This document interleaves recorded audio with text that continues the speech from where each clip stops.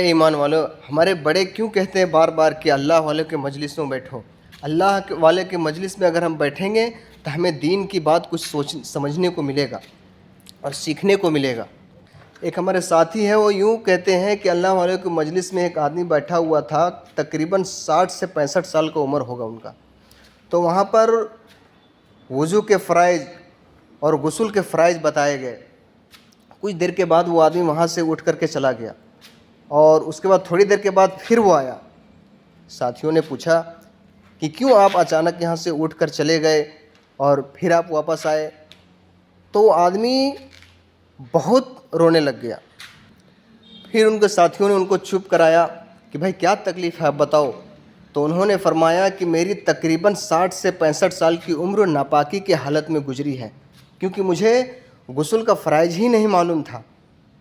اور یاد رکھیے کہ جب تک کہ غسل کے اندر 3 فرائض ہے، وہ 3 فرائض اگر ادا ہم نہیں کریں گے تب تک کہ ہم پاک ہو نہیں سکتے۔ تو وہ آدمی یہ کہتے ہیں کہ اس لیے میں رو رہا ہوں کہ 65-70 سال کی عمر جو ہماری گزری ہے وہ ناپاکی کی حالت میں گزری ہے۔ اگر ہم یہ مجلس میں نہ بیٹھتے تو پتہ چلتا کہ پوری عمر ہماری ناپاکی کی حالت میں گزر جاتی۔ ہم کیا منہ دکھاتے اللہ کو؟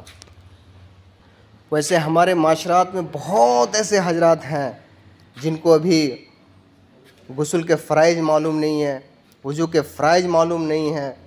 کیسے معلوم ہوگا؟ کیونکہ اللہ کے دین سے دور، مسجدوں سے دور، اللہ والوں کے مجلسوں سے دور۔